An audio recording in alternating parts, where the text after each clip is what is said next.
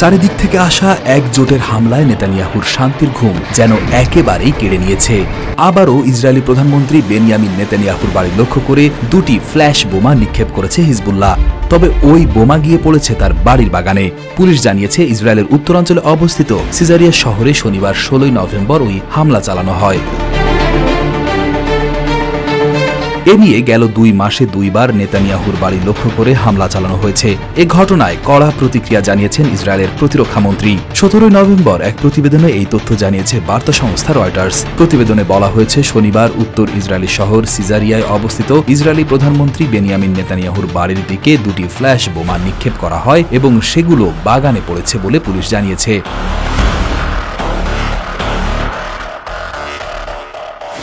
ঘটনার সময় নেতানিয়াহু বা তার পরিবারের কেউই ওই বাড়িতে ছিলেন না এবং কোনো ক্ষয়ক্ষতির খবরও পাওয়া যায়নি। তবে এই ঘটনায় প্রতিক্রিয়া জানিয়েছে ইসরায়েলের প্রতিরক্ষা মন্ত্রী ইসরায়েল কাটস।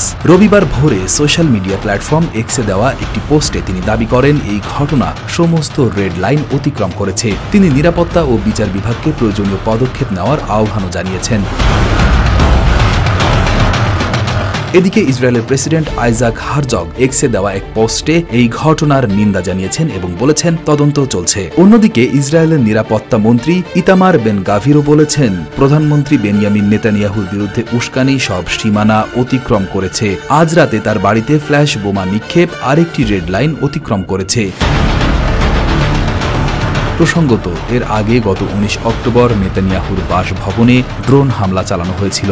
সেই সময়ও নেতানিয়াহু বাড়িতে না থাকায় প্রাণে রক্ষা পান। ওই হামলার পেছনে জড়িত ছিল ইরান সমর্থিত লেবাননের সশস্ত্র গোষ্ঠী